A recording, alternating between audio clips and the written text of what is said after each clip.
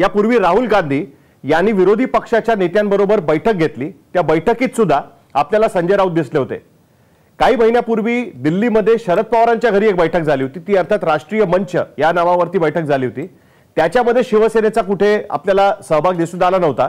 पण आता ही जी बैठक झाली आहे आणि संजय राऊत आणि राहुल गांधी यांचं आपण जे काही व्हिज्युअल्स बघितले त्याच्यावरनं शिवसेना आणि काँग्रेस यांची जॉईंट स्ट्रॅटेजी ही फक्त महाराष्ट्रापुरती नाही तर दिल्लीत सुद्धा दिसून येणार आहे का, यावर आपण चर्चा करणार आहोत।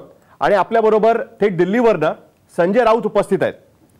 संजयजी, सगळ्यात पहिला प्रश्न हाच असणार आहे, आज आम्ही जे बघितलं आतापर्यंत आपण सामनामध्ये जे अग्रलेख वाचले होते त्याच्यामध्ये आपण असं म्हणत होतो की राहुल गांधी हे ट्विटरवरती लढतात, रस्त्यावर उतरून लढत नाहीत। आता कुठे शिवसेनेला असं वाटायला लागलंय का की राहुल गांधी रस्त्यावर उतरून लढाई करायला तयार आहेत आणि म्हणून एक नवीन कोऑर्डिनेशन कुठेतरी आपल्याला दिसून येत आहे दिल्लीमध्ये? तुम्ही जे मला जे सुरुवातीला बोललात साहिल की आज आम्ही पाहिलं, तुम्ही अजून काहीच पाहिलं नाहीये असं मी म्हणतो आता। यापुढे बरंच तुम्हाला काही पाहावं लागणार आहे दिल्लीमध्ये। एक लक्षात घ्या की ठीक आहे, राहुल गांधी हे ट्विटरवर दिसतात किंवा काय, हा विषय आजचा नाही आहे। पण गेल्या 2 दिवसापासून राहुल गांधी स्वतः विरोधी पक्ष नेत्यांच्या बैठकांना हजर राहत आहेत, संवाद साधत आहेत। आज सुद्धा सकाळी मल्लिकार्जुन खरगे यांच्या चेंबरमध्ये आमची बैठक सुरू होती। साधारण फ्लोअरवरती काय स्ट्रॅटेजी असावी किंवा काय धोरण असावं। अचानक निरोप आला की राहुलजी येत आहेत। राहुलजी येतात म्हटल्यावर आम्ही त्यांच्यासाठी थांबलो आणि राहुलजींनी त्या बैठकीस भाग घेतला, काही चर्चा झाल्या आणि त्यानंतर साधारण असं ठरलं की ह्या विरोधी पक्ष जो इथे एकवटलेला आहे ती 2 मुख्य कारणासाठी एकवटला। एक तर सरकार पक्ष जो आहे तो संसदेमध्ये विरोधी पक्षांचा आवाज अजिबात ऐकायला तयार नाही, हे पूर्णपणे लोकशाही विरोधी आहे। तुम्हाला एखादा मुद्दा पटत नसेल पण चर्चा घडवायला पाहिजे आणि चर्चेला मान्यता द्यायला पाहिजे। 2 प्रमुख प्रश्न आहेत। एक तर ज्या प्रकारचं पेगासिस स्पायिंग हा विषय चालू आहे जगभरामध्ये, त्याच्यावर चर्चा होणं गरजेचं आहे। सरकारला जे काय उत्तर द्यायचं सरकार देईल, सरकार आरोप नाकारू शकेल, फेटाळू शकेल, सर्व काही, पण चर्चाच होऊ द्यायची नाही। आणि चर्चा झाली तर प्रधानमंत्री उपस्थित राहणार नाहीत, गृहमंत्री उपस्थित राहणार नाहीत, हे काय लोकशाहीला धरून नाही। दुसरा मुद्दा आहे की गेले साधारण वर्ष सव्वा वर्ष शेतकरी उन्हातान्हात तिथे बसलेला आहे, कृषी कायद्यांसंदर्भात 3, त्याच्यावर सरकार चर्चा करायला तयार नाही। आणि हे दोन्ही मुद्दे सामाजिक किंवा आर्थिक यापेक्षाही राष्ट्रीय सुरक्षेचे मुद्दे आहेत या पद्धतीनं, आणि त्याविषयी विरोधी पक्ष एकवटलेला आहे आणि त्या कामी राहुल गांधींनी कालपासून पुढाकार घेतलाय। हे सगळ्यांसाठी चांगलं लक्षण आहे की राहुल गांधी आज सुद्धा पाऊस पडत असताना चालत विजय चौकापर्यंत आले। त्यांनी मीडियाला, प्रेसला, प्रचंड तिथे प्रेस होता, प्रेसला उत्तम प्रकारे प्रभावीपणे ब्रीफ केलं। त्यानंतर आम्ही सगळे होतो, आम्हालाही त्यांनी बोलायला भाग पाडलं की तुम्हीही बोला की विरोधी पक्ष कसा युनायटेड आहे, एक आहे। आणि एकंदरीत वातावरण चांगलं आहे आणि हे असंच वातावरण राहिलं तर राष्ट्रीय स्तरावर विरोधी पक्षाच्या मनात एकमेकांविषयी जी जळमट आहेत काही थोडीफार ती दूर होतील। कसं आहे की राहुल गांधी हे मी अनेकदा त्यांना पाहिलं की ते खोटं बोलत नाहीत, हे मी अनेकदा अनुभवलंय। आणि त्यांचे जे विचार असतात ते स्पष्ट असतात, ते कोणाला पटत नाही। राहुल गांधी कात्रजचा घाट दाखवत नाहीत। होय, नाही, ते अशा प्रकारचे राजकारण करताना मला कधी दिसले नाहीत। किंबहुना आज सुद्धा सकाळच्या बैठकीत जेव्हा ते आले तेव्हा आम्ही सगळे इथे होतो आणि त्यांनी सांगितलं राहुल गांधींनी की इथे इतका मोठा विरोधी पक्ष एकवटलेला आहे, हे याचं खरं म्हणजे लाईव्ह चित्रीकरण व्हायला पाहिजे, देशाला कळलं पाहिजे की विरोधी पक्ष इथे एकत्रपणे बसलेला आहे। पण आपल्यामध्ये एक प्रॉब्लेम आहे म्हटले। तर मी विचारलं काय प्रॉब्लेम आहे? ते म्हटले की इथे आपण सगळे इथे एकत्र आहोत पण अनेक राज्यांमध्ये आपण एकमेकांविरुद्ध लढतोय। म्हणजे त्यांनी समाजवादी पार्टी आणि काँग्रेस यूपीमध्ये एकत्र लढत असतील किंवा अनेक राज्यांमध्ये ते जे राष्ट्रीय स्तरावर ते आम्ही एकत्र असतो किंवा तृणमूल काँग्रेस आणि काँग्रेस हे पश्चिम बंगालमध्ये एकमेकांविरुद्ध लढत आहेत, त्याच्यामुळे लोकांमध्ये विश्वास निर्माण केला पाहिजे की आम्ही सर्व स्तरावर एकत्र आहोत. आणि राहुल गांधींचं म्हणणं अगदी योग्य आहे, हे मला ते पटलं की लोकांचा विश्वास जर प्राप्त करायचा असेल तर आम्ही सर्व स्तरावर विरोधी पक्ष म्हणून एकत्र आहोत, हे चित्र देशासमोर जाणं गरजेचं आहे. ही त्यांची आजची भूमिका ही सगळ्यांनी स्वीकारलेली आहे. नाही, हा प्रश्न अशा करता उपस्थित होतो कारण ह्याला इतिहास आहे कुठेतरी. 2019 मध्ये जे शक्य नव्हतं ते गोष्ट शक्य झाली महाराष्ट्राच्या राजकारणामध्ये. त्याच्या कारणांमध्ये आपण नको जाऊया कारण ती ऑलरेडी लोकांसमोर अनेकदा आलेली आहेत की काँग्रेस आणि शिवसेना आणि काँग्रेस एनसीपी आणि शिवसेना हे 3 पक्ष एकत्र आले. पण तरी सुद्धा सतत गेले वर्षभर आपण साधारण बघतोय की काँग्रेस आणि शिवसेनेमध्ये कुठेतरी एक कलगीतुरा चालू असतो. कधी सामन्यातनं तुम्ही त्यांच्यावरती काहीतरी लिहित असता, कधी काँग्रेस स्वबळाची भाषा बोलत नाही. ऐकून घ्या एक मिनिट, माझं पूर्ण होऊ द्या 1 मिनिट. कधीतरी स्वबळाची भाषा त्याच्यामध्ये केली जाते. आजचं जे आम्ही बघितलं, म्हणजे तुम्ही म्हणताय ते बरोबर आहे की पुढे आम्हाला अजून खूप काही बघायचं आहे, पण सध्या जे आम्ही बघितलं, आज जे आम्ही प्रेस कॉन्फरन्समध्ये बघितलं की ते तुमचा हात धरून तुम्हाला घेऊन येत आहेत, तुम्ही त्यांच्या बाजूला बसून चर्चा करताय, याचा संदेश महाराष्ट्रातल्या काँग्रेसकडे आणि जे स्वबळाची भाषा करतायत त्यांच्यासाठी काय जाऊ शकतो तुमच्या मते? नक्कीच चांगला संदेश जाऊ शकतो की महाराष्ट्रामध्ये किंवा इतर कोणी काय बोलत असलं तरी राष्ट्रीय स्तरावरचे जे काँग्रेस पक्षाचे प्रमुख नेते आहेत यांचं भूमिका सकारात्मक आहे.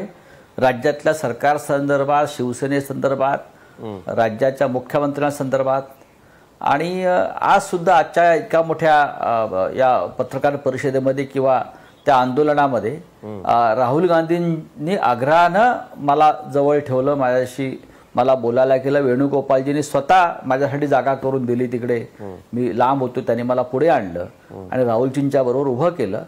याचा अर्थ नक्कीच आहे की त्यांच्या मनामध्ये महाराष्ट्राच्या सरकारविषयी जो प्रयोग महाराष्ट्रामध्ये आपण करतोय शिवसेनेबरोबर त्याच्याविषयी सकारात्मक अशा भूमिकेनं ते काम करतात. त्यांच्या मनामध्ये काही नाहीये, त्यांना हे टिकवायचं आहे सगळं आणि वाढवायचं आहे. आणि यापूर्वी मी जेव्हा प्रश्न विचारत होतो त्यापूर्वी तुम्ही मध्येच मला थांबवायचा प्रयत्न केला. तुम्हाला असं म्हणायचं आहे का की कुठलाही कलगीतुरा नाहीये काँग्रेस आणि शिवसेनेमध्ये, ह्याच्याबद्दलच तुम्हाला बोलायचं होतं का? नक्कीच बघा की आमचं तिघांचे सरकार आहे. 3 मध्यंतरी माननीय शरद पवारांनी एक चांगलं विधान केलं होतं आणि त्या विधानाचं मी समर्थन केलं होतं की आम्ही सरकार एकत्र चालवतो, आम्ही पक्ष एकत्र चालवत नाही आहोत. आम्ही काही पक्ष एकमेकांमध्ये विसर्जित केलेले नाहीयेत. हा काही जनता पक्ष निर्माण झालेला नाहीये, सगळ्या पक्षांनी एकत्र विलीन करून एक नवीन पक्ष निर्माण केला नाही. पक्ष वेगळे आहेत, प्रत्येक पक्षाला स्वतंत्र भूमिका आहेत, प्रत्येक पक्षाला आपापल्या कार्यकर्त्यांना ताकद देण्याची मुभा आहे किंवा पक्षाचा विस्तार करण्याची मुभा आहे, ते आम्ही करणार. त्याच्यामध्ये केव्हा तरी अशा प्रकारे जर कोणी काय बोललं, त्याला प्रत्युत्तर दिलं तर ते फार गांभीर्याने घ्यायची गरज नाही. कोणत्याही परिस्थितीमध्ये 3 पक्षांचं सरकार जे आहे हे चालवायचं आहे, टिकवायचं आहे आणि पुढे न्यायचं आहे. या कमिटमेंटवरती 3 पक्ष ठाम आहेत. कारण आजची घटना आम्हाला वेगळी अशा करता वाटते राऊत साहेब, कारण कसं आहे की तुम्ही म्हणाला होतात की आम्ही काही युपीएमध्ये नाही, हे बरोबर आहे की पक्ष काही विलीन झालेले नाही आहेत, पक्ष आपापले वेगळे आहेत. जी परिस्थिती, राजकीय परिस्थिती आली त्यानुसार या ठिकाणी सरकार बनवण्यात आलं होतं. पण युपीएमध्ये तुम्ही अजूनही नाही आहात. तुम्ही एनडीएमधनं बाहेर पडलात, केंद्रातनं तुम्ही तुमच्या मंत्र्यांनी राजीनामा दिला आणि बाहेर पडलात. पण केंद्रीय स्तरावरती तुम्ही कुठल्याही पक्षाबरोबर जायला नकार दिलात. म्हणजे काँग्रेस जेव्हा जेव्हा जॉईंट स्ट्रॅटेजी करण्याचा प्रयत्न करायची, शिवसेना त्याच्यामध्ये बरोबर नसायची. अनेकदा शिवसेनेने त्याच्या विरोधात भूमिका घेतली होती. आता हे जे काही आता आपण बघतोय त्याच्यामुळे त्या स्ट्रॅटेजीमध्ये काही फरक होईल असं तुम्हाला वाटतं का? युपीएचं पुन्हा एकदा पुनर्गठन कुठेतरी व्हायची शक्यता तुम्हाला निर्माण झाली आहे? या संदर्भात आम्ही वारंवार दिल्लीत भूमिका मांडलेली आहे. आम्ही एनडीएमध्ये 25 वर्ष होतो, आज आम्ही एनडीएत नाही आहोत. पण याचा अर्थ आम्ही युपीएमध्ये आहोत का? तसं नाहीये. महाराष्ट्रामध्ये महाविकास आघाडीचा एक प्रयोग सुरू आहे, जसा पुलोचा एक प्रयोग महाराष्ट्रात झाला होता शरद पवार साहेबांच्या नेतृत्वाखाली. त्या सुद्धा भिन्न विचारांचे पक्ष एकत्र आले, त्यांनी ते सरकार चांगल्या प्रकारे चालवलं, नंतर ते बरखास्त करण्यात आलं. त्या पुलोच्याच धर्तीवर किंवा त्या वेगळा प्रकार आहे. आज युपीए मला कमजोर दिसतोय. मी अनेकदा सांगतो, अनेक आमच्यासारखे पक्ष आहेत. अकाली दल बाहेर पडला एनडीएतून, चिराग पासवान बाहेर पडले एनडीएतून. अनेक पक्ष असे आहेत की जे युपीए आणि एनडीएत नाही आहेत. त्यांना एकत्र आणून त्यांची चांगल्या प्रकारे त्यांचं संघटन किंवा मोठ बांधून एकतर युपीए आहे त्यापेक्षा विस्तारली पाहिजे, किंवा युपीएच्या धर्तीवर म्हणजे युपीए सह काही वेगळा प्रयोग करता येईल का, त्याचा विचार करण्याची हीच वेळ आहे. आणि हे कोणी करायचं, तर जे समर्थपणे विरोधी पक्षाला एकत्र आणू शकतील, ज्याची ज्याची जी ताकद आहे एखाद्याशी बोलण्याची, त्याला आपल्याकडे ओढण्याची किंवा संवाद साधण्याची, त्या प्रत्येकाला जवळ करून त्यांची मदत घेऊन हे संघटन आपल्याला उभं करता येईल. आज काँग्रेस पक्ष तुम्ही किती नाकारलं तरी या देशातला प्रमुख पक्ष आहे, त्याला फार मोठा इतिहास आहे, परंपरा आहे. आणि काँग्रेस शिवाय अशा प्रकारचं विरोधी पक्षाचे कोणतेही संघटन हे होऊ शकत नाही, हे मान्य केलं पाहिजे तुम्ही. शरद पवार सुद्धा काँग्रेसला घेऊनच या गोष्टी कराव्या लागतील. शरद पवार सुद्धा हेच म्हणतात, जे लोक आपल्या बरोबर आत्ता जोडले गेले त्यांना मी ही व्हिज्युअल्स दाखवणार आहे, आणि की संजय राऊत आणि आज राहुल गांधी हे कसे एकत्र दिसत होते. आणि एक वेळ तर अशी आली होती की संजय राऊतना त्यांचा हात पकडून राहुल गांधी त्यांना पुढे घेऊन आले, आणि पुढे घेऊन आल्यानंतर त्यांनी सांगितलं की तुम्ही सुद्धा बोललं पाहिजे. त्याच्या आधी विरोधी पक्षांची बैठक झाली, त्या विरोधी पक्षांच्या बैठकीमध्ये सुद्धा संजय राऊत हे राहुल गांधी यांच्या बाजूला, म्हणजे मल्लिकार्जुन खरगे जे राज्यसभेतले विरोधी पक्ष नेते आहेत त्यांच्या बाजूला बसलेले दिसून आले. हे जे व्हिज्युअल्स आहेत हे खूप बोलके आहेत खरं तर बघायला गेलं तर. आत्तापर्यंत आपण जे बघत आलो गेल्या 5-6 महिन्यामध्ये आपण जे चित्र बघितलं त्याच्यापेक्षा हे जे व्हिज्युअल्स आपल्याला दिसत आहेत, संजय राऊत तिकडे बाजूला उभे, त्यांना हात धरून त्यांना पुढे आणलं, पुढे आणल्यानंतर त्यांनी बोलायला लागलं, राहुल गांधी त्यांच्या मागे उभे राहिले. ही जी व्हिज्युअल्स आहेत आजचे दिल्लीमधले पार्लमेंटच्या बाहेर ज्यावेळेस विरोधी पक्षाच्या नेत्यांनी मीडियाशी ते बोलत होते त्यावेळेचे ही प्रेस कॉन्फरन्स सुद्धा आम्ही मुंबई तकवर टाकली आहे, ती तुम्ही बघू शकता. पण राऊत साहेब, मला आता पुढचा प्रश्न तुम्हाला विचारायचा आहे, कारण तुम्ही बऱ्याचदा ह्याच्याबद्दल बोललेला आहात, लिहिलेला आहात. तुमची अशी भूमिका होती की विरोधी पक्षांना एकत्र आणायचं असेल, म्हणजे तुम्ही म्हणताय की काँग्रेस असलीच पाहिजे विरोधी पक्षांच्या या आघाडीमध्ये, काँग्रेसशिवाय ते काय पूर्ण होऊ शकणार नाही, ही प्रॅक्टिकल भूमिका ही शरद पवारांनी सुद्धा घेतलेली आहे. पण तुमचं नेहमी असं म्हणणं राहिलेलं आहे की शरद पवार हेच त्यांचं नेतृत्व करू शकतात अशा पद्धतीच्या आघाडीचं, ते त्यांच्याकडे ती कुवत आहे, त्यांच्याकडे तो अनुभव आहे आणि त्याच्यामुळे ते एकत्र करू शकतात. काल उद्धव ठाकरेंचा वाढदिवस होता, तुम्ही त्यांना शुभेच्छा दिल्यात आणि असं म्हणालात की त्यांनी आता राष्ट्रीय राजकारणात भूमिका आपली हे केली पाहिजे. तर ह्याची सुरुवात आपल्याला कुठेतरी म्हणता येईल का उद्धव ठाकरेंच्या राष्ट्रीय राजकारणाची? आणि दुसऱ्या बाजूला शरद पवारांबद्दल तुम्ही म्हणालात त्या भूमिकेमध्ये आणि आजच्या या गोष्टीमध्ये काही फरक आपल्याला जाणवतोय का? आपण त्याच्यामध्ये काही फरक बघू शकतो का? हा देश खूप मोठा आहे, आपल्याला माहिती आहे, देशाचं राजकारण खूप विस्तारलेलं आहे आणि राष्ट्रीय राजकारणात येणं, राष्ट्रीय राजकारणात काम करणं म्हणजे थेट पंतप्रधान होणं असं नसतं ना. तुम्हाला असं वाटतं की एखाद्या मोठ्या नेत्यानं राष्ट्रीय स्तरावरती येणं म्हणजे तो लगेच पंतप्रधान पदाचा दावेदार झाला. बघा, वाजपेयी साहेब जेव्हा इथे होते अटलजी, तेव्हा राष्ट्रीय राजकारणात प्रमोद महाजन होते, राष्ट्रीय राजकारणामध्ये लालकृष्ण अडवाणी होते, मुरली मनोहर जोशी होते, त्याच वेळेला महाराष्ट्रात बसलेले बाळासाहेब ठाकरे हे सुद्धा राष्ट्रीय राजकारणाचंच काम करत होते ना. देशभरात अनेक लोक राष्ट्रीय राजकारण करत, मुलायमसिंग यादव राष्ट्रीय राजकारणामध्ये होते, लालू प्रसाद यादव तेव्हा तळपत होते, अनेकांना राष्ट्रीय राजकारणातून काम करावं लागेल. उद्धव ठाकरे हे महाराष्ट्राचे मुख्यमंत्री म्हणून आज राष्ट्रीय पातळीवरती झळावून निघालेलं नेतृत्व आहे. दुसऱ्या बाजूला ममता बॅनर्जी या जरी पश्चिम बंगालमध्ये असल्या तरी संपूर्ण राष्ट्र त्यांच्याकडे अपेक्षेने पाहतोय. शरद पवार हे तर राष्ट्रीय राजकारणातले सध्याच्या विरोधी पक्षाच्या राजकारणातले भीष्म पितामह आहेत, लोक त्यांच्याकडे त्या अपेक्षेने पाहतात प्रत्येक गोष्टीमध्ये. राहुल गांधी हे आज काँग्रेस पक्षाचे अध्यक्ष नाही आहेत, पण नक्कीच ते राष्ट्रीय राजकारणामध्ये आहेत. प्रियंका गांधी आहेत. तर राष्ट्रीय राजकारणामध्ये यापुढे जास्तीत जास्त लोकांनी विरोधी पक्षाने येऊन आपलं योगदान देणं गरजेचं आहे, अशी माझी भूमिका आहे. नाही, पण अजूनही यांना एकत्र आणायचं असेल तर ते शरद पवारच एकत्र आणू शकतील असं तुम्हाला अजूनही वाटतं का? कारण आज आपण बघितलं की खरोखरच सगळे राजकीय पक्ष, मला असं वाटतं नाही बघा की आज शरद पवारांमध्ये ती क्षमता आहे आणि काँग्रेस पक्षानं शरद पवारांची मदत त्या कामी घ्यायला पाहिजे. काँग्रेस पक्षानं लालू यादवांसारख्या नेत्यांची मदत घ्यावी लागेल. प्रत्येकाचे एकमेकांशी नातेसंबंध आहेत. जसं आज मला पार्लमेंटच्या दारामध्ये घाईघाईत जाताना पवार साहेब दिसले, कुठे चाललात म्हटले, त्यांना म्हटलं मी, ते म्हटलं मी लालू यादवांना भेटायला चाललो. असं आहे की हे शेवटी एकमेकाशी जे नातीगोती असतात व्यक्तिगत, त्यातून सुद्धा अशा प्रकारची आघाडी किंवा संघटन मजबूत होतं. आता लालू यादवांना जाऊन भेटणं ही महत्त्वाची गोष्ट आहे. लालू यादव आजारी आहेत, पण बिहारच्या राजकारणावरती लालू यादवांचा पगडा आज कायम आहे. म्हणजे लालू यादवांच्या पक्षाचं सरकार बिहारमध्ये थोडक्यात निसटलेलं आहे, थोडक्यात निसटलं आहे. त्यांच्या मुलांना जी झुंज दिली लालू यादव तुरुंगात असताना, ती विसरता येणार नाही ना. आणि उद्या भविष्यातल्या राष्ट्रीय राजकारणात तुम्ही पहा, आज जे मी बघितलं, आज जे मी काही बघितलं त्याच्यानुसार असा आपण त्याचा अर्थ घ्यायचा का की आतापर्यंत शिवसेना राष्ट्रीय राजकारणामध्ये भारतीय जनता पार्टीच्या विरोधात विरोधी पक्षांच्या बरोबर जायला थोडंसं काही गोष्टींवरती जात होती, काही गोष्टींवरती नाही जात होती. आता मात्र विरोधी पक्षांच्या या आघाडीमध्ये शिवसेना ओपनली सामील झालेली आहे, असा आपण या गोष्टीचा अर्थ घ्यायचा का? आतापर्यंत अशी भूमिका वाटत होती की नाही ठीक आहे, त्यावेळेस असं झालं म्हणून महाराष्ट्रामध्ये आम्ही सरकार बनवलं, पण आमचा काही तुम्हाला विरोध नाही, ही भूमिका आता नाही. आता विरोधी पक्षांच्या भूमिकेमध्ये शिवसेनेचा पूर्ण सहभाग असेल असं आपण पकडून चालायचं का? नाही, शिवसेना राष्ट्रीय स्तरावरती आता त्याच भूमिकेत आहे. शिवसेना खासदारांना ज्या बसायला जागा दिलेल्या आहेत सध्याच्या सरकारच्या संसदीय कार्यमंत्र्यांनी किंवा प्रमुखांनी, त्या कुठे आहेत? त्या काँग्रेसच्या बरोबरच बसायला दिलेल्या आहेत ना. त्यांनी आमची वेगळी व्यवस्था केलेली नाही, त्यांनी आम्हाला ढकललेलं आहे तिकडे, आणि आम्ही बसतोय आणि आम्ही आमची भूमिका मांडतो आहोत. अनेक विषयांवरती आमचे जे मतभेद झाले त्यातली काही जे विषय आहेत ते राष्ट्रीय विषय आहेत.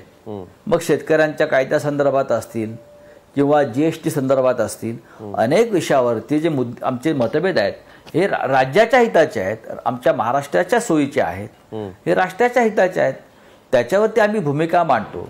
शिवसेना कधीही विरोधासाठी विरोध या भूमिकेतून राजकारण करत नाही. तुम्हाला मी सांगतो, बाळासाहेब ठाकरे सुद्धा त्या भूमिकेत नव्हते आणि आज उद्धव ठाकरे सुद्धा त्या भूमिकेत नाही. विरोधासाठी विरोध हा शिवसेनेचा राजकीय पिंड कधीच नव्हता. नाही, पण आतापर्यंत आपण कसं बघत होतो की अनेकदा जेव्हा आता बंगालमध्ये निवडणुका होत आहेत, भले काँग्रेस आणि तृणमूल काँग्रेस एकमेकांच्या विरुद्ध त्या ठिकाणी लढत होते, पण ममता बॅनर्जी यांच्या प्रचारासाठी बाकी पक्षातले नेते, म्हणजे आपल्याला जया बच्चन समाजवादी पक्षाच्या त्या ठिकाणी दिसल्या होत्या की ज्या ममता बॅनर्जींचा प्रचार करत होत्या. शरद पवार त्या ठिकाणी जाणार होते पण ते जाऊ शकले नाहीत, त्यांचा हेल्थचा जो काही इश्यू होता आरोग्याचा, त्याच्यामुळे ते जाऊ शकले नाहीत. याच्यानंतरच्या ज्या आता निवडणुका होतील अशा पद्धतीच्या विधानसभेच्या, त्या ठिकाणी विरोधी पक्षांच्या प्रचारासाठी म्हणून शिवसेनेचे नेते सुद्धा दिसत आहेत आपल्याला. UP-मध्ये उद्या निवडणुका झाल्या, समाजवादी पक्षाचा प्रचार करायला शिवसेना उभी राहिली आहे, किंवा पंजाबमध्ये निवडणुका झाल्या किंवा दिल्लीमध्ये निवडणुका झाल्या, अशा ठिकाणी सुद्धा आपल्याला हे महागठबंधन, आता त्याला काही नाव अजून तुम्ही दिलेलं नाहीये, पण जर आपण असं पकडून चाललो की त्याला काही महागठबंधन जे काही विरोधी पक्षांचं आहे त्याच्यामध्ये शिवसेना सुद्धा ऍक्टिव्हली सहभागी झालेली आहे, असं आपल्याला दिसू शकेल का की ज्याच्यामुळे 2024ची गणितं कुठेतरी ठरू शकतात? नाही बघा, प्रत्येकाने आपलं राज्य सांभाळावं. शेवटी हे संघटन जे असतं, एनडीए काय होतं, प्रादेशिक पक्षांचीच मोठ होती आणि त्यातला भारतीय जनता पक्ष एकमेव राष्ट्रीय स्तरावरचा पक्ष होता, त्यातून एनडीए निर्माण झालं. UPA सुद्धा त्याच पद्धतीचं आहे. काँग्रेस हा राष्ट्रीय पक्ष आहे, बाकी सगळे प्रादेशिक पक्ष आहेत ना. प्रत्येकाने आपापल्या राज्यामध्ये आपापल्या भूमिका चोख वाजवल्या, लोक निवडून आणले की त्यातून मग पुढे राष्ट्रीय स्तरावर संघटन होतं. नाही, मग तसंच होईल. 2024ची ही बोट जुळवणी कुठेतरी सुरू झाली आहे का? कुठेतरी 2024ची जुळवणी सुरू झाली असं आपण म्हणायचं का? आतापर्यंत अशा पद्धतीचं काही संघटन बनेल? कारण मी राष्ट्रीय मंचचं उदाहरण देतो तुम्हाला, कारण त्या दिवशी शरद पवारांच्या घरी बैठक झाली, तुम्ही दुसऱ्या दिवशी अग्रलेख लिहिला होता, तुमची कमेंट सुद्धा आम्ही दाखवली होती. त्याच्यामध्ये शिवसेना नव्हती, काँग्रेस नव्हती. शरद पवारांनी राष्ट्रीय मंचच्या लोकांना सांगितलं की पुढच्या बैठकीला शिवसेना आणि काँग्रेस यांना सुद्धा बोलवा म्हणून. आता हे जे आहे ह्याची कुठेतरी 2024ची जुळवाजुळवी अशा पद्धतीने ह्याच्याकडे बघितलं गेलं तर ही आजची जी घटना आहे ती त्याच्यासाठी कुठेतरी तयारी सुरू झाली आहे. कुठेतरी एकमेकांशी बोलणं, भेटणं, त्याच्याबद्दल चर्चा करणं ही सुरुवात झाली आहे असं आपण म्हणू शकतो का भारतीय जनता पार्टीच्या विरोधात? राष्ट्रीय मंच हे काय राजकीय संघटन असं मला वाटत नाही. नाही, राष्ट्रीय मंच काही सामाजिक आर्थिक प्रश्नावरती आवाज उठवायचा हां मी मी मी म्हणतोय की नाही, बघा, मला तसं वाटत नाही. हां एक लक्षात घ्या, शिवसेनेचं राजकीय कार्यक्षेत्र निवडणुकीसंदर्भात महाराष्ट्र हेच आहे. बरोबर. महाराष्ट्रातून जास्तीत जास्त जागा लोकसभेला निवडून जाऊन दिल्लीत राजकारण करायचं हे शिवसेनेनं आतापर्यंत स्वीकारलेली भूमिका आहे. बरोबर. इतर राज्यामध्ये आम्ही आमच्या कुवतीनुसार लढत असतो. कार्यकर्ते काम करतात, आम्ही लढत असतो. विधानसभा असतील, लोकसभा आम्ही लढत नाही, शक्यतो विधानसभा लढतो. आमची अशी भूमिका राहील की महाराष्ट्रातून आज आहेत त्यापेक्षा जास्त जागा जिंकून आणायच्या. नाही, पण 2024 आम्ही ते जिंकू. विरोधी पक्षांची एकत्र येऊन लढण्याची तयारी सुरू झाली असं आपण म्हणायचं का? माझा प्रश्न हा होता. नक्कीच नक्कीच मी जे दिल्लीत पाहतोय त्यानुसार अशा प्रकारची तयारी मला होताना दिसते आहे. कारण त्याशिवाय कोणत्याही विरोधी पक्षाच्या घटकाकडे पर्याय नाही आज एकत्र येऊन लढण्याशिवाय. प्रत्येकाने आपली ताकद जोखून झालेली आहे, तर त्याच्यामुळे त्यांना आता एकत्र लढण्याशिवाय पर्याय नाही हे मला स्पष्ट दिसत आहे. आमच्या कमेंट बॉक्समध्ये आम्ही एक पोल टाकलेला आहे की राष्ट्रीय राजकारणामध्ये शिवसेना आणि काँग्रेसने एकत्र यायला हवं का? तुम्हाला काय वाटतं? तुम्ही त्याच्यामध्ये कमेंट्स टाकत राहा.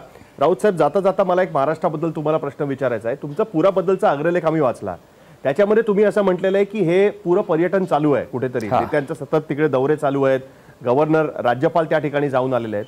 पण नेत्यांनी अशा ठिकाणी जर काही नैसर्गिक आपत्ती आली तर तिकडे जाणं त्याच्यामध्ये चूक काय? स्वतः शरद पवार जात असतात. गेल्या वेळेस आपण तौक्तेच्या वेळेस बघितलं, शरद पवार स्वतः बाहेर पडले होते. त्या ठिकाणी रत्नागिरी, रायगड या ठिकाणी त्यांनी दौरा केला होता. नक्की तुमची भूमिका काय की विरोधी पक्षाने जायचं नाही का? उद्या जर अशा पद्धतीची आपत्ती आली तर विरोधी पक्ष नेते नेत्यांचं कामच आहे ते. बघा की पवार साहेब जेव्हा गेले होते ते लगेच 24 तासात गेले नाहीत. सुरुवातीचा काळ 72 तास किंवा 3-4 दिवस हे पुनर्वसन कार्यासाठी त्या यंत्रणेला द्यावे लागतात. ते द्यायलाच पाहिजेत. तुम्ही राज्यकर्ते आहात, तुम्ही विरोधी पक्षाचे नेते आहात, तुमच्याकडे यंत्रणा आहे लक्ष ठेवण्याची. सुरुवातीला 3-4 दिवस त्यांना कुठेही त्यांच्यात व्यत्यय आणू नका, काही भूमिका आहे. नंतर आपण जाऊ शकतो ना. शरद पवार साहेब हे त्या वादळाच्या साधारण 8 दिवसांनी बाहेर पडले आहेत. तुम्ही माहिती घ्या. साधारण ते ताबडतोब उद्याच गेले किंवा 72 तासात गेले असं नाही आहे. ते साधारण एक 5-6 दिवसांनी बाहेर पडले आणि नंतर त्यांनी ती माहिती घेतलेली आहे. उद्धव ठाकरे हे पहिल्यापासून आम्हाला सांगतात, जेव्हा आम्ही विरोधी पक्षामध्ये होतो तेव्हाही ते आम्हाला सांगत होते की एक दिवस थांबलं पाहिजे, आधी पुनर्वसनाचे कार्याला गती मिळू द्या. आपण गेल्यामुळे विरोधी पक्षामध्ये असलो तरी साधारण यंत्रणा ठप्प होते आणि आपल्या मागे लागते. हे उद्धवजीने आम्हाला त्यावेळेलाही सांगितलेलं आहे. आणि आता सुद्धा मुख्यमंत्री हे साधारण देवेंद्र फडणवीस म्हणतात की जर आम्ही नेते तिकडे गेलो नाही तर यंत्रणा कामाला लागणार नाही. आपण बघतोय की नारायण राणे केंद्रीय मंत्री त्या ठिकाणी गेलेत, ते अधिकाऱ्यांना फैलावर घेत आहेत. त्यांना म्हणतात की मी आल्यानंतर तुम्ही का नाही आलात. ते व्हिडिओ मोठ्या प्रमाणात सोशल मीडियावरती आणि मीडियामध्ये फिरतायत. काय कमेंट? हे तर आहे ना की प्रत्येकाला असं वाटतं, नाही प्रत्येकाला असं वाटतं, जो अधिकार पदावरचा माणूस असतो त्याला असं वाटतं की मी गेल्यावर माझ्या मागे आणि पुढे अधिकाऱ्यांचा लवाजमा असायला पाहिजे. कोणी असेल, मी कोणीतरी आहे, मी केंद्रीय मंत्री आहे, मी विरोधी पक्षनेता आहे, मी राज्याचा मंत्री आहे, आणि प्रत्येकजण त्या अधिकाऱ्यांना तेच प्रश्न विचारून भंडावून सोडत असतो. अधिकाऱ्यांनाही कळतं या परिस्थितीमध्ये किती संवेदनशील ते काम करावं लागतं. त्यांची सुद्धा अडचण मी अनेकदा पाहिली आहे की अनेक ठिकाणी पुरामध्ये अधिकारी अडकलेले होते, कार्यालय बुडून गेलेले आहेत, त्यातून ते बाहेर येऊन ते मदत करत होते. तर ह्या सगळ्या गोष्टीचा विचार आपण केला पाहिजे. प्रत्येकाला वाटतं की हा गोवर्धन मीच उचलू शकतो माझ्या करंगळीवरती वगैरे. बघा, हे राज्य, त्या राज्याचं प्रशासन आणि लोकांनी दिलेली राज्य व्यवस्था यातूनही सगळे कामं घडत असतात. त्यातला एक भाग विरोधी पक्ष आहे आणि विरोधी पक्ष नेता आहे. सगळ्यांनी मिळून हे काम करायचं आहे. हे एकट्या दुकट्याचं काम नाही. इतक्या मोठ्या संकटाशी लढणं हे सगळ्यांचं काम आहे. केंद्राने मदत दिली, त्यांची स्वीकारली पाहिजे. केंद्रीय मंत्री आले, त्यांनी काही सूचना केल्या सरकारला, त्यांनी केल्या पाहिजेत. केंद्रीय मंत्र्यांनी थेट त्या जागेवर जाण्यापेक्षा त्यांनी सरकारला काही सूचना केल्या पाहिजेत, सरकारला काही मदत केली पाहिजे. सरकार ऐकेल ना त्यांचं. त्यासाठी तुम्हाला त्या जागेवर जाऊन गोंगाट केला पाहिजे, बोंबाबोंब केली पाहिजे, कोणीही असेल, तशी गरज नाही आहे. किंवा त्या मुसळधार पावसामध्ये, पुरामध्ये काही विरोधी पक्षाचे लोक होड्या घेऊन फिरत होते, त्याने काय होणार आहे? यंत्रणा काम करते आहे, कार्यकर्ते काम करतात, स्थानिक कार्यकर्ते सगळ्याच पक्षाचे, मी असं म्हणत नाही की आमच्या पक्षाचे, प्रत्येक राजकीय पक्षाचा कार्यकर्ता अशा वेळेला काम करत असतो. तुम्ही त्यांना मार्गदर्शन करा सुरुवातीचे 2-4 दिवस. आता राज्याचे विरोधी पक्षनेते कालचे मुख्यमंत्री होते, त्यांनाही यंत्रणा माहिती आहे कशा प्रकारे काम करते ती. ठीक आहे राऊत साहेब, तुम्ही आमच्याशी अत्यंत स्पष्टपणे बोललात, याच्याबद्दल तुमचे मनापासून आभार. पण जाता जाता मला एक छोटासा प्रश्न विचारायचाच आहे, कारण काय खूप दिवसापासून तो खरं तर साठला होता आणि आज तुम्हाला आम्ही राहुल गांधी यांच्याबरोबर बघितलं, त्याच्यामुळे मला असं वाटतं की एक प्रश्न मी तुम्हाला तो विचारूनच घेतो जाता जाता. हे ते स्वबळाची भाषा आहे, असं म्हटलं जायचं की राहुल गांधी यांच्याच मनातली ती भाषा इकडे बोलली जाते. त्याच्याबद्दल काही बोलणं झालं का तुमचं राहुल गांधींशी? की कारण इकडे खूप चर्चा अशी असते की नाना पटोले जी भाषा बोलतात ती राहुल गांधींच्या मनातली भाषाच बोलतायत असं म्हटलं जातं. तर आणि तुम्ही म्हणताय की 2024 साठी आम्ही एकत्र लढण्याची आम्ही तयारी सुरू केली आहे, तर त्याच्याबद्दल काही बोलणं झालं का तुमचं त्यांनी? नाही बघा, राहुल गांधी बरोबर आज जवळजवळ दिवसभर मी होतो आणि आम्ही अनेक विषयावर बोललेलो आहोत. हे तुम्हाला मी योग्य वेळी मी सांगेन. राहुल गांधींबरोबर मी आज सकाळी 10 वाजल्यापासून ते किमान 4 वाजेपर्यंत होतो. अनेक विषयांवरती आम्ही बोललो, अनेक काही आमचे कार्यक्रम पुढले सोमवारपर्यंत काय करायचे काय नाही ते ठरवले आणि आम्ही महाराष्ट्रापासून दिल्लीपर्यंत अनेक विषयांवर बोललो. आम्ही आज बोललो ना, मला माहिती आहे ना काय आहे ते, कोणी काही बोलू द्या. ठीक आहे, योग्य वेळी तुम्ही सांगाल असं आम्हाला तुम्ही वचन दिलंय. आम्ही योग्य वेळी तुम्हाला परत कॉन्टॅक्ट करू आणि स्वबळाबद्दल काय बोलले राहुल गांधी तुमच्याशी ह्याच्याबद्दल आपण नक्की पुन्हा एकदा चर्चा करूया. खूप खूप धन्यवाद. संजय राऊत मुंबई तकवरती आपली भूमिका मांडत होते. आज जे दिल्लीमध्ये चित्र बघायला मिळालं त्याच्यावरती त्यांनी आपली भूमिका मांडली. बऱ्याच दिवसानंतर ही खूप दिवसापासून चर्चा चालू होती की शिवसेना महाराष्ट्रात सरकार म्हणून त्यांच्या बरोबर आहे, पण अजूनही मनाने दिल्लीमध्ये त्यांच्या बरोबर गेलेली नाही काँग्रेस बरोबर.